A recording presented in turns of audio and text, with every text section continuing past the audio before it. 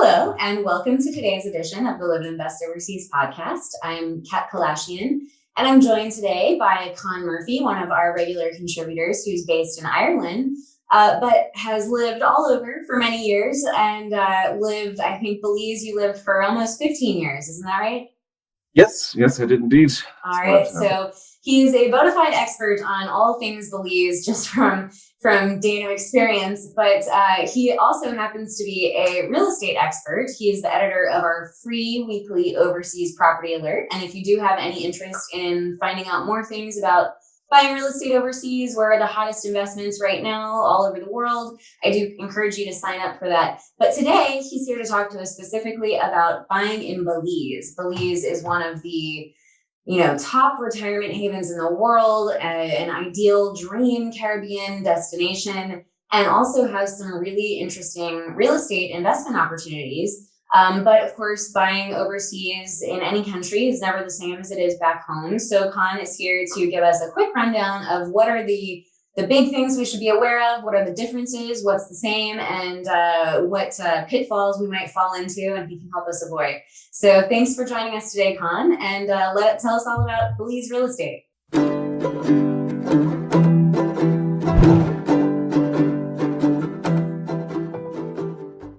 Thanks, Kat. Delighted to be here. I love talking about Belize, really.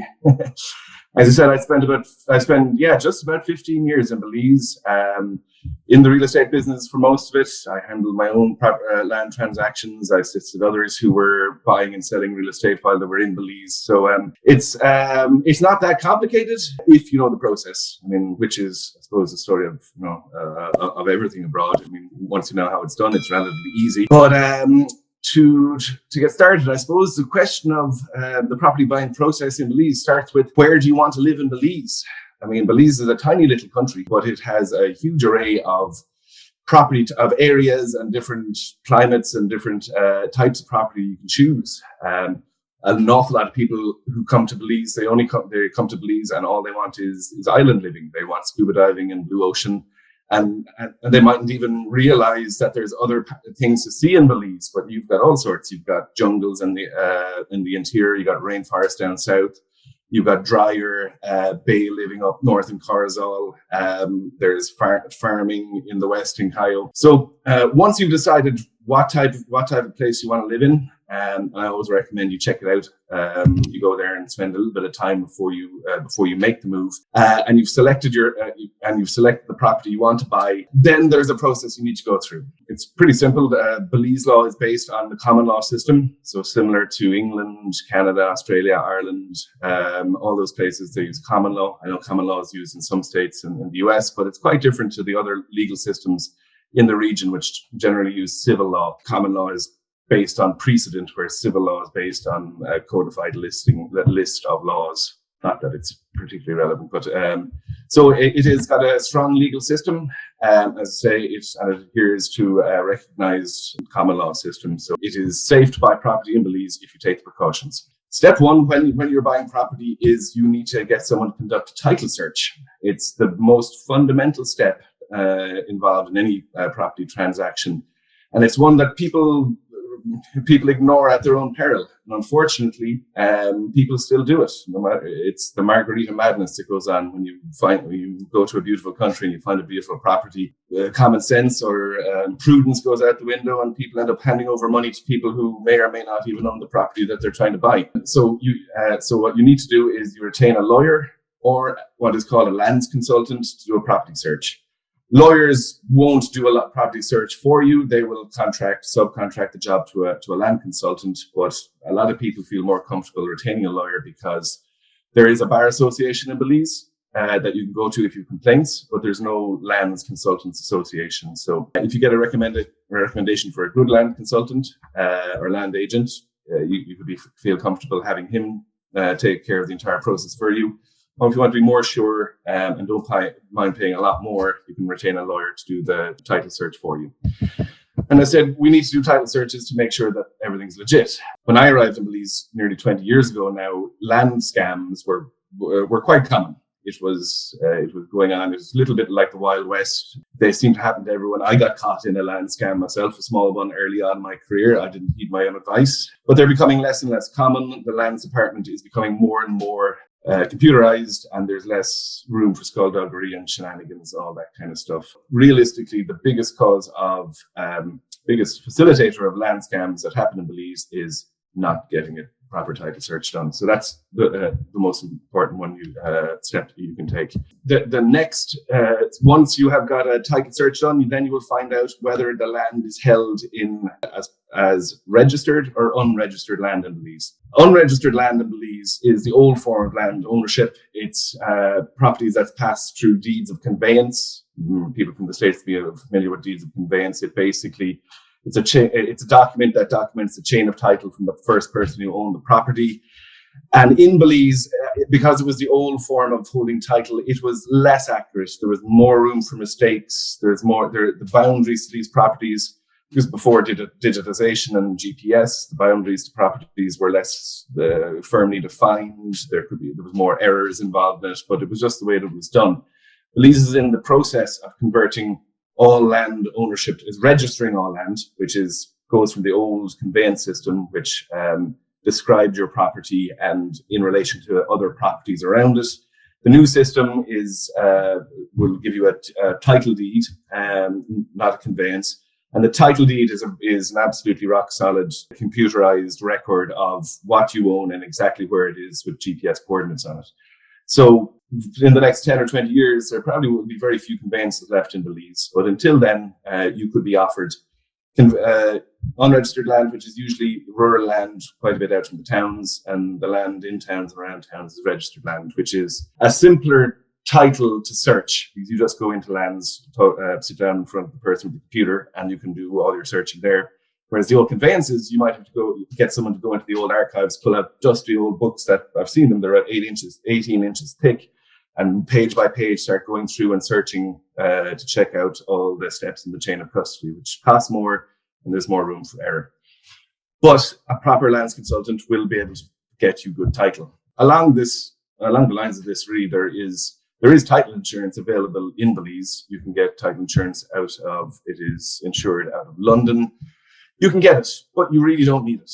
If you've done your due diligence, you don't need title insurance. It's going to cost you 1 or 2% of the price of the value of the property. And it's not needed if you get a proper title search done. So when the title search is done, the lawyer or the lands consultant has issued a report saying that the property the title is good. There is no liens or encumbrances or issues with ownership with the title. Then you can proceed to make an offer. Well, you probably would have made an offer at this stage, but you will proceed to make a down payment to the owner. Down payments can be 10, sometimes up to 20%, but generally around 10%, and that gives you a bit of time to get your financing together, to get your ducks in a row, basically, so you can move to close the property. After that, your land consultant will draft up the paperwork for the title transfer. If it's conveyance, they will type up a document that is several pages long that details from the first person who owned the property, probably back in the 17 or 1800s, the list of people to whom it was sold, the times that it was split, or maybe times that it was amalgamated with other properties. And you'll end up with a 7 to 10 page conveyance with paperwork, which has to be signed by the seller, signed by the buyer, and then it's brought to the titles unit in Belmopan to be registered. If, however, you're buying a property that's registered land, it's a simpler process. You will then there is a form that has to be filled out correctly.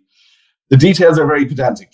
They say it is to like the color of the pen, the number of notary stamps, the size of the font on the form when you print it out. All these things are important, quite important. And when you're filling out a deed transfer form, and your paperwork could very well be rejected if it is not in the correct font size, the correct pen color. There's small things like that we're told are to try and increase security in the lands transfer process. But it also might be a way to make it slightly more difficult for novices to do the paperwork themselves. So it could be slightly for jobs for the boys, but one way or the other, correctly filled out the title transfer paperwork is a very sure form of title. So once the paperwork is filled out by the lands consultant, they bring it to you to sign, and they bring it to the seller to sign. You will then either pay your money into escrow with your lawyer or through the realtor that you're working with. Or if you very much, if you very much trust everyone involved, you pay the money directly to the seller. But it's generally prudent to have a third party hold the money as this whole transaction is happening. So when the final proof of payment is made from you to the seller, then your lands consultant, the land agent, will take your paperwork, the fees that it costs to process the title transfer, and everything else that's involved. You need a copy of your passport, proof of address. You need various other bits of information. They take to the lands department, and they'll sit down with one of the lands agents in there, and they will get an estimate of the stamp duty that you will have to pay. Stamp duty in Belize is 8% for foreigners, which is kind of high, really, but it was raised there about 5 or 6 years ago in an effort to slow down land speculation. Actually, it's 8% after the first $10,000 you pay. So if you buy a piece of land that costs less than $10,000, there's no stamp duty accrued on it. If it's more than $10,000, you pay 8% on everything above the $10,000 cutoff mark. So he will go in and he will generally get an estimate of the stamp duty from the lands department. The lands department will take your contract of sale. They'll look at it and they'll see, and if they agree that that's probably the value of the land that they agree with the value that the land is being sold for, they will accept the payment, 8% of anything over 10,000 paid in there, and the paperwork is accepted and the transfer process begins. If, however, lands department thinks that you are not giving them the accurate sale price, which used to be very, very common, people would, of course, say, well, to try and avoid the stamp duty, they would have one price in a contract and they would pay that by wire transfer, and then they'd have a second cash price and they'd pay that with cash or to a separate bank account with a view of getting around the stamp duty payment. This wasn't an issue for the buyer or seller because there's no capital gains tax in Belize, but it was a very big issue for the government of Belize because they were missing out on all their revenue. So they've cottoned onto this at this stage. So they won't accept people selling land for $100 to each other. They'll assume at that stage that someone's skimping on the stamp duty payment, and then they'll assess it at what they think it should be valued at, and then you've got to pay it. Whether or not someone actually gave you a cracking deal and sold you a house lot for $100, you'll have to pay stamp duty on its realistic value. So once you've been issued the stamp duty assessment, you pay that. You can pay it directly to the lands department. You don't have to give it to any lands agent or to any third party. Wire directly to the lands department. You take your receipt, you send it to your lands consultant or lawyer, and they'll submit it with your paperwork.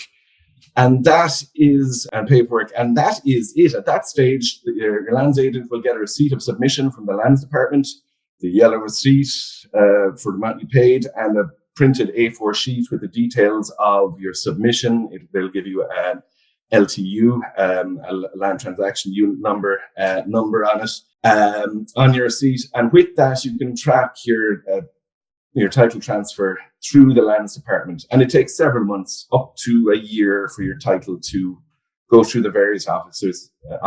There's a lot of checks and balances because there had been a lot of land fraud going on a couple of decades ago. So there are several processes where everything is checked and rechecked to make sure that you, the person who paid for the land, is the person who's actually getting the land. So somewhere between 3 months and 12 months later, your title shuffles through the various checks and offices until it comes out the other end and issued in your name. It can be in your name or the name of the company that you wanted to be in or the name of trust you wanted to be in. That is all sorted out with your consultant or lawyer at the beginning of the process. And that is the process. However, a lot of people get a bit dismayed. I've paid for my property. I don't want to wait a year to start doing stuff on my property. But once the lands department have vetted your property and vetted it again and given you a stamp duty figure to pay, and once you pay that, the lands department have effectively transferred title to you. It is safe to start to build on your lot at that stage, because the lands department have basically guarantee that everything is correct. There cannot be any issues because they are taking the action or they're taking the liability. So once your paperwork is successfully submitted, you can feel confident in moving forward with construction if you want. You don't have to. You can wait until you have your title in your hand 6 or 12 months later. And that is the title transfer process, really. It is not something that someone should attempt to do on their own unless they have been, unless you have a legal background and you've walked through the process a couple of times. Because there's a couple of steps that you could make a mistake and wouldn't lose your money, but things would get held up in the lands department. It could take a while to unpick any errors you make. I had a lawyer handle my first few property transactions, but after that, it is relatively simple. If you're going to be making multiple transactions in Belize and you know the process, it's safe to do it once you have had someone do it, show you the process to begin with. The one really great thing about doing all this in Belize is that at least it's all in your own language, right? So Belize is, let's just make that point, Belize's official language is English. It so is. at the very least, your contract you'll be able to read, and the listings won't be quite so hard to Google search for or whatever.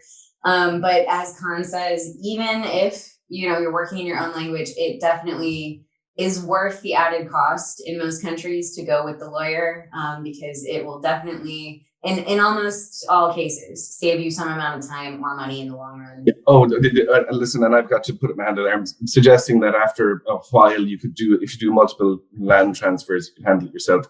The biggest mistake I ever made was early on in Belize not hiring a lawyer to do one of these transfers. And I was that idiot. So I can speak from experience that no, it's not something you wing, not something you have a go at. I mean, you wouldn't try. I don't know if you'd attempt to do these kind of things back home in the state you're in, but you should never attempt it first off in a foreign country, even a foreign country that speaks English and has got a legal system that's very familiar with all the types of words and processes that would be very familiar to people. But no, it's different. It's Belize. Yeah. So yeah. So I actually did want to also point out one big difference that I think most Americans are. It's one of the biggest questions is the multiple listing service, which I know that most Americans rely on, and that doesn't really exist outside of America. So, for example, how do you go about getting to know the market and choosing a real estate agent? Do you have to have multiple agents? Yes and no. You're 100% correct. There is no multiple listing service in Belize, and it can be difficult to find, to be able to access information on all the properties available at any one stage. But you do find that Belize is so small that even though there's no MLS, your realtor will nearly definitely know the realtor who's listing the other property at the other end of the country. And while they say that they don't share listings, they obviously do. If they know you're looking for property up in Carzal and you're in Cayo, they're going to call their buddy, the realtor up there. So they do share listings behind the scenes, but they will tell you. And actually, if you're selling property, they will push hard for you to give them an exclusive listing. But if you hold tough and don't accept an exclusive listing from them, they're happy to share the listings with other people. So that would be my advice if you're selling. But yes, there's a bit more legwork involved in finding the right property in Belize. You need to find the right. My mother talks about. I mean, I know Belize is smaller than Ireland, but Ireland is also a pretty small island, And I remember when we first moved there back in 1998, 99. My parents were shocked because they would go meet, they'd meet with one real estate agent. He would show them all of the listings that he had. They would go to another real estate agent and they would see all of the listings he had and not a single one overlapped, and so they basically felt like they had to go through the phone book. Remember back then when you used a phone book and go through and find all of the agents in Waterford and in order to really know what was on the market, what every single property might have been, because there was no centralized system. So I know that's a big adjustment for Americans. It is, and it is. You do have to do more legwork yourself, but honestly, it's worth doing for two reasons. It's worth doing because, first of all, you'll get to see all the properties. You won't just get one realtor's listings, and you'll get to see. And the second one is it's a great way of getting a feel. Actually, trawling through the listings is a good way of getting a feel for desk research on a country. You know, having to work a little harder for the information. It seems, for me anyway, it resonates better in my head. I remember it better. I get a better better understanding of what the prices are in an area and the various differences. Absolutely. But yeah, and differences in quality of construction, age of construction, all of these things, the quirks. I mean, you wouldn't believe, I don't think most North Americans could really fathom how many quirks of real estate they'll find overseas. You know, I'm speaking as somebody looking in Paris recently. I wasn't even looking to purchase. I was just looking to rent. And I kept a spreadsheet to keep track of all of not just the numbers and, you know, the things that you could really compare apples to apples, but all the little weirdo things that, you know, like in this one, the shower was in the bedroom. You know, I mean, that was so much of a deal breaker oddity that it didn't even make the spreadsheet. But that's the kind of thing I'm talking about. And, you know, it really does help to really get to know not just the whole city, but different neighborhoods, what, you know, the unique feelings in each different, you know, little corner of the country, whether it's whether you're talking about Belize and you're talking about Ambergris Caye, which is technically an island, or the inland where you're next to the rainforest, or if you're talking about Paris and you're talking about one arrondissement next to the other arrondissement that's sitting right next to it. They're all different. And as we always say, rent before you buy. You should get to know all of these things well before you're in the phase of looking at listings to make a purchase. So I think that's some great foundational advice, Con. Do you have any closing words on quirks of buying real estate overseas in general or in Belize? In Belize, until about 10 years ago, there was no building inspectors. So just you mentioned there about having a lavatory in the middle of a sitting room. I've seen that in Belize, I can tell you. Yeah. Building standards. You will have to get a survey done if you're buying a secondhand building, because up until 10 years ago, there was no construction standards whatsoever. It was all made up. So just like you do anywhere else, you get a surveyor to assess the property for you, as well as a lawyer to review the paperwork. Great. Excellent advice. Thank you, Con. And we'll put a date on the books to talk to you about some future real estate related insights sometime in the next few weeks. Thanks for joining us as always. And thanks for listening, everyone. If this is interesting to you, please do subscribe. We put out one of these new videos every Saturday.